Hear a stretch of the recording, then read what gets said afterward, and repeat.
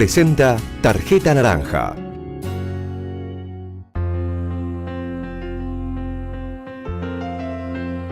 La vida es más feliz debajo de la tapa naranja. Dulce de leche Manfrey, el más premiado de la historia. Manfrey, solo con la mejor leche.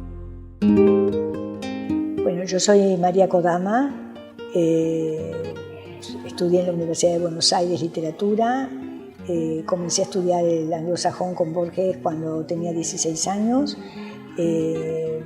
hace 30 que partió y continúo mi amor con él, cosa a la que me ayudan todos con los actos y los homenajes que organizan, es como el milagro secreto.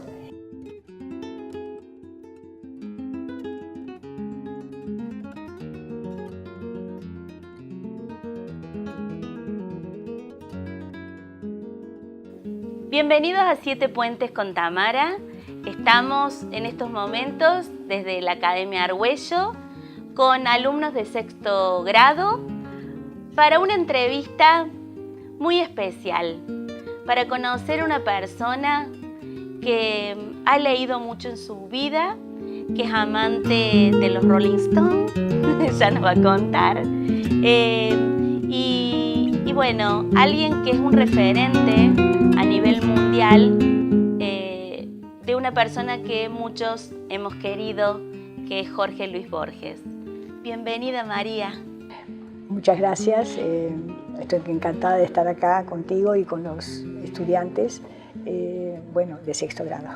Y si vamos a hablar respecto de un tema recurrente para Borges, él era un estudioso. Quiero que me cuentes desde dónde nace este interés de él sobre la cábala. A él le interesaban mucho, las religiones, tanto la cábala como el budismo, en fin, se interesaba muchísimo por todos esos temas. Y él, por ejemplo, comenzó a estudiar cuando estaba en Ginebra, y tenía 18, 19 años, empezó a estudiar el alemán solo, con un diccionario y un libro de poemas de Heine, para poder leer a Schopenhauer. Y a través de la lectura de Schopenhauer entra entonces en lo que es el budismo y todo esto. Y con respecto a la cábala, le interesaba todo ese mundo, ¿no es cierto?, tan especial. Y él tuvo una entrevista muy interesante cuando estuvo en Israel con Scholem, que escribió, Gertrude se llamaba algo así, Scholem, que escribió un libro muy importante sobre la cábala que en su momento Borges había leído, y cuando estuvo en Israel estuvo con él y bueno, muy contento.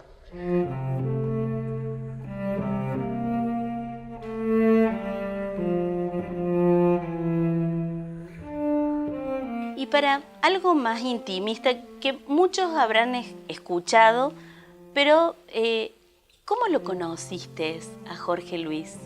Bueno, depende de qué se entienda por conocer.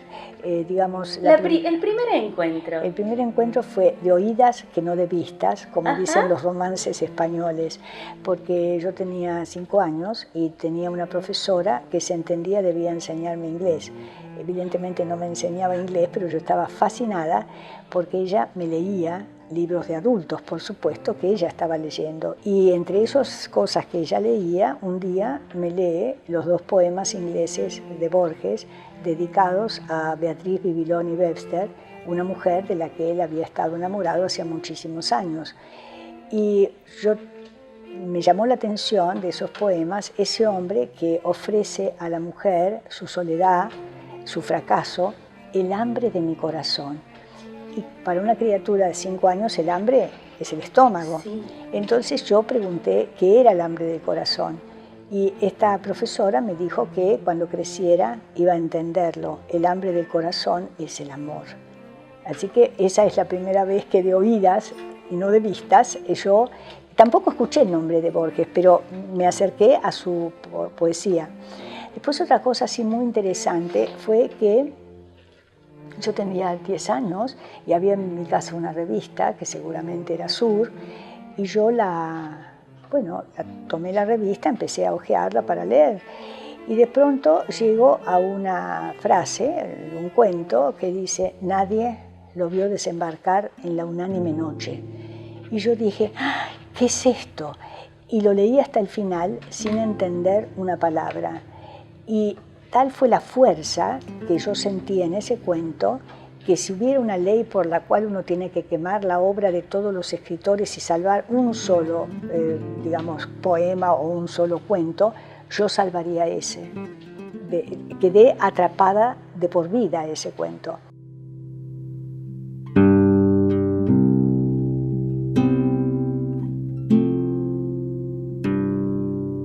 Por suerte, hemos traído algunas de las representaciones de los libros de Jorge Luis Borges. Y sé que cerquita tuyo hay uno y has seleccionado este relato, este cuento, que quisiera que nos leas un pedacito. ¿Puede ser? Sí, claro. Así como le leías vos a Borges, que nos leas a nosotros. Con todo gusto. Entonces esto comienza con un epígrafe A través del espejo, ¿no? De Through the Looking Glass. Dice, and if he left off dreaming about you. Bueno, entonces dice, nadie lo vio desembarcar en la unánime noche, nadie vio la canoa de bambú sumiéndose en el fango sagrado, pero a los pocos días nadie ignoraba que el hombre taciturno venía del sur y que su patria era una de las infinitas aldeas que están aguas arriba en el banco violento de la montaña, donde el idioma zen no está contaminado de griego y donde es infrecuente la lepra. Lo cierto es que el hombre gris besó el fango, repechó la ribera sin apartar, probablemente sin sentir, las cortaderas que le dilaceraban las carnes y se arrastró, mareado y ensangrentado, hasta el recinto circular que corona un tigre o caballo de piedra que tuvo alguna vez el color del fuego y ahora el de la ceniza. Qué bueno, qué bueno. En tan pocas letras, tanto mensaje, ¿no?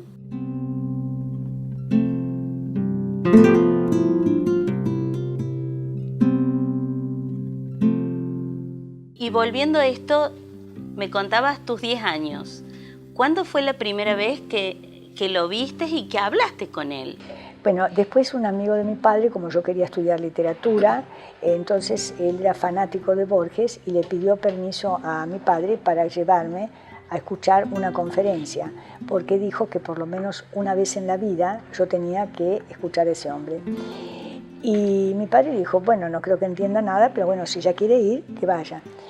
Entonces, y eso fue lindísimo, porque yo nunca fantaseé con ser madre, pero sí fantaseé siempre, desde muy chica, para enseñar.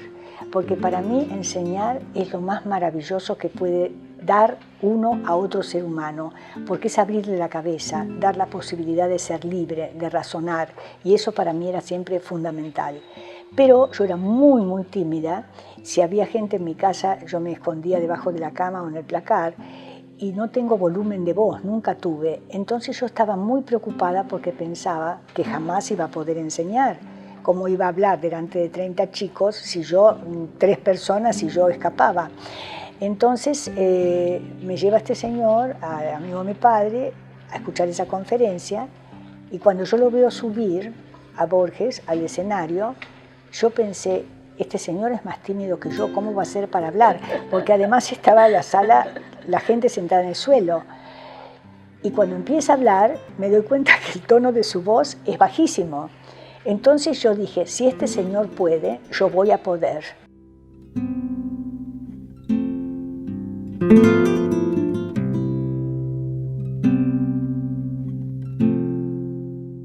Ese acto de él, esa conferencia de él, me dio a mí una seguridad increíble. Y después, una vez, yo iba a comprar libros por Florida, y yo caminaba porque me lastimé el pie. Caminaba rapidísimo, y en ese momento llegó alguien por delante que casi lo tiro. Entonces, cuando me doy cuenta, era Borges. Y le digo, ay, perdón, yo lo escuché cuando era chica. Entonces él se ríe porque por la voz se daba cuenta que era chica y me dice, ¿en qué trabaja? Le digo, no, estoy en el 4º año del liceo. Ah, dice, dígame, pero esto es una conversación de locos. Dice, dígame, dice, ¿usted no querría estudiar inglés antiguo? Entonces yo, tratando de hacerme la sabia, le digo, Shakespeare. No, siglo IX. Ah, no, le digo, entonces no, porque eso debe ser muy complicado. No, le estoy proponiendo que lo estudiemos juntos, porque yo tampoco lo sé. ¡Qué bárbaro! Entonces estaba buscando víctimas para el estudio del anglosajón. Te encontró. Claro, encontró una loca que le dijo, ah, bueno, si es así, ¿por qué no?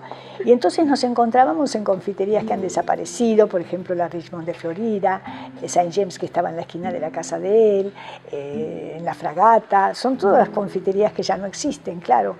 Y hasta que un día me dice él, bueno, madre me dijo que yo no puedo estar llevándola a usted de bar en bar, que la lleve a casa para que estudiemos allí. Entonces ahí entré a la casa, conocí a la madre y después estudiábamos el fin de semana en la casa de él.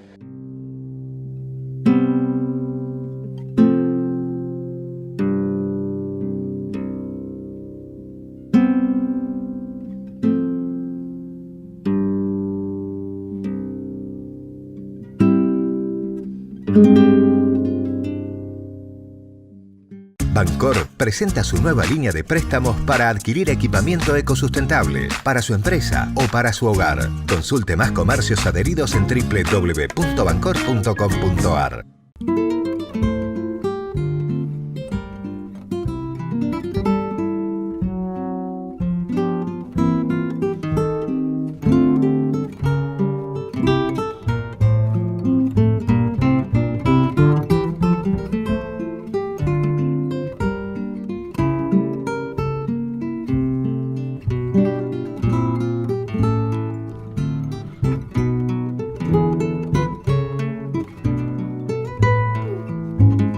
Hay algo que a mí me llamó mucho la atención, lo tomé, he anotado aquí.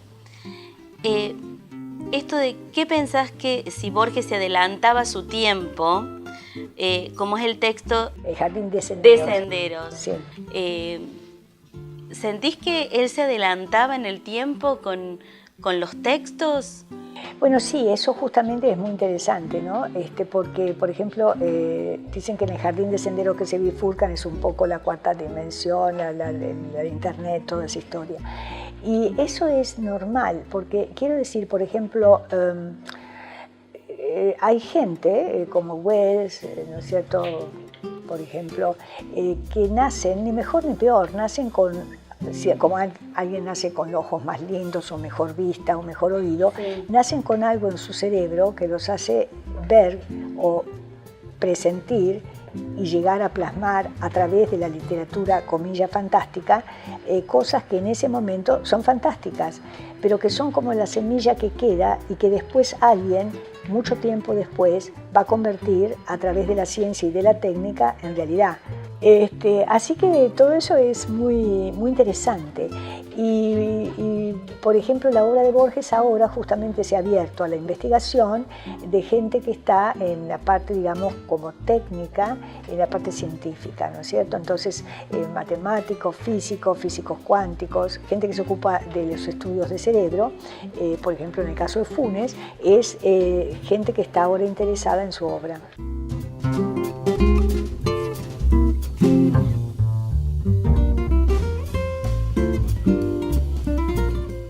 Aquí estamos con los alumnos de sexto grado de la Academia Argüello que han preparado diversas preguntas para hacerte, así que los vamos a escuchar. Por supuesto. ¿Cómo ayuda a Borges cuando cayó en la ceguera? ¿Cómo lo ayuda a escribir? Borges dictaba, bueno, a la persona que tenía a mano, sobre todo a su madre, cuando perdió la vista para poder escribir, y me dictaba a mí también gran parte de su obra, me la dictó, por supuesto. De modo que la ayuda era escuchar lo que él decía, lo que a él se le había ocurrido y transcribirlo. Entonces después eso era objeto de numerosas relecturas donde él iba corrigiendo y corrigiendo cada vez palabras u oraciones enteras. Y también hacía lo mismo con los poemas.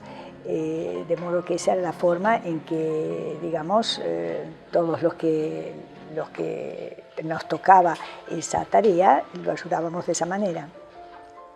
¿Usted tuvo algún hijo con Borges? No, no tuvimos hijos y hay una anécdota muy divertida porque, bueno, a Borges no le gustaba que lo molestaran cuando él estaba escribiendo. Entonces un día en un avión sube un bebito y lloraba como loco. Entonces él empieza a ponerse nervioso y me dice, este chico va a llorar todo el tiempo. Bueno, yo no sé, le digo ahora porque está entrando la gente, está nervioso, está inquieto, es muy chiquito. Pero qué horror, justo sentado detrás de él. Y el chico, cuando el avión despega, por supuesto era muy chiquito, gritaba el triple. Entonces, justo en ese momento, la azafata que viene para servir champán, naranjada, etc. Y en ese momento todavía se permitía que la persona viajara con bastón, después ya por los atentados y todo eso se prohibió. Borges, agarrando el bastón, mirando para el cielo, decía, Herodes, Herodes, ¿dónde estás? Y entonces la azafata le contó a todo el mundo, incluida la madre, la anécdota de Borges diciendo, Herodes, Herodes, ¿dónde estás? Y entonces cuando baja, porque yo dije, pero Borges, qué ocurrencia. Entonces cuando baja, la señora le dice, maestro, usted tiene razón, ve, ese niño es terrible, me dice. No tenía paciencia. ¿Qué le inspiraba a Borges para escribir sus maravillosas historias? Bueno, muchas de las historias de Borges están escritas a través de sueños. Él tenía la suerte de soñar y tenía la mayor suerte de recordar al despertarse con lo que soñaba. Entonces tomaba baños de inmersión y allí analizaba el sueño. Entonces pensaba, ¿el sueño sirve o no sirve? Si no servía, lo desechaba, lo olvidaba. Si servía, entonces se ponía a pensar, ¿para qué sirve? ¿Para un poema o para un cuento? Y de acuerdo a eso, él empezaba a dictar. Y yo tengo una foto en la fundación de Comesaña, creo que es, no estoy segura, donde Borges está, digamos, con los ojos apretados, mirando hacia arriba. Y yo puse esa foto en la sala de actos de la fundación porque eso era justamente el gesto que él hacía cuando iba a comenzar a dictarme algo. Era como si no le bastara no ver, sino que necesitara como entrar más aún dentro de sí mismo, cerrando los ojos para poder sacar y dictar. Es una foto para mí que es como el emblema del momento de la creación de él, ¿no? Sí, por eso la tengo allí.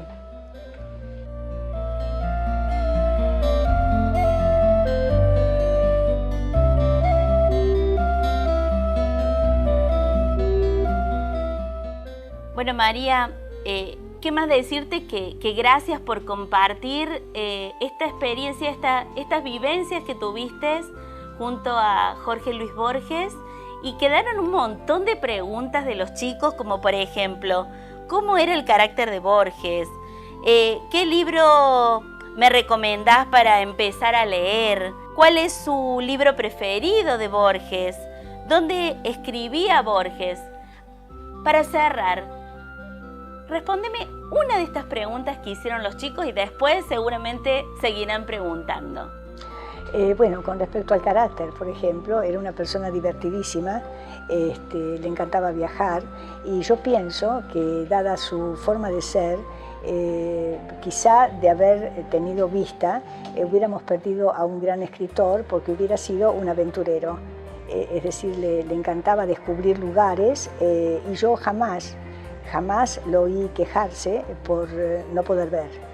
No sé si cuando era joven y tuvo tantas operaciones, en ese momento quizá podía haber sido diferente. Eso habla también de una fuerza de voluntad y de una aceptación fascinante de algo irremediable, ¿no?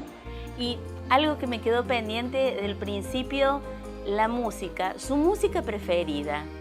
Bueno, él decía que él era sordo musical, por ejemplo, él no soportaba la ópera porque no le gustaba el canto, pero tenía gustos raros. Le gustaba, por ejemplo...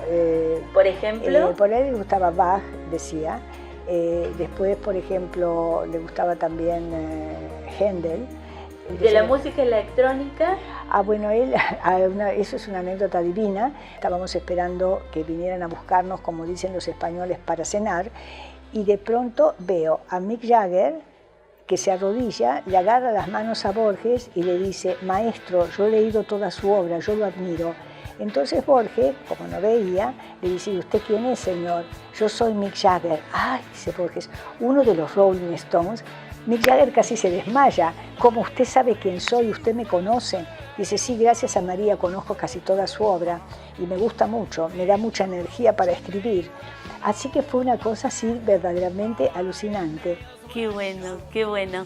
Más que agradecidos todos nosotros como lectores, el haber tenido la oportunidad de leerlo y de seguirlo releyendo, y en cierta medida gracias a vos que te has detenido a escribirlo, a acompañarlo en esta vida. Bueno, yo les agradezco muchísimo a ustedes y felicito a la Fundación Argüello por todos estos chicos y por la educación que estos chicos reciben y que además se ve que asimilan, porque como lo han demostrado ahora, ¿no? Así que yo estoy muy muy feliz, porque para mí la educación es algo fundamental, ha sido en mi vida y sigue siéndolo, ¿no? Bueno, gracias María por haber sido parte de estos maravillosos puentes y que sigas recorriendo más lugares dando a conocer esta maravillosa vida, la tuya, junto a Jorge Luis. Muchísimas gracias. Gracias. Gracias.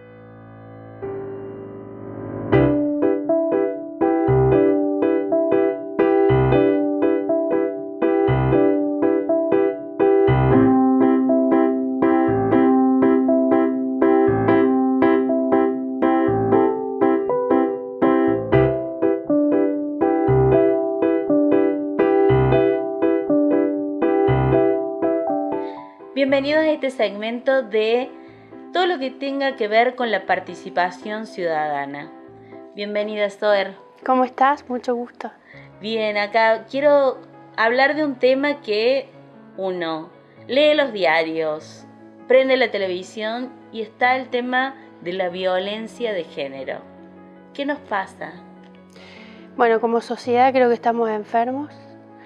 Realmente lo que se está viviendo en Córdoba, digamos a nivel nacional, pero sobre todo en Córdoba, porque las estadísticas marcan que Córdoba lamentablemente es el número 1 en número de casos de violencia de género, ¿sí?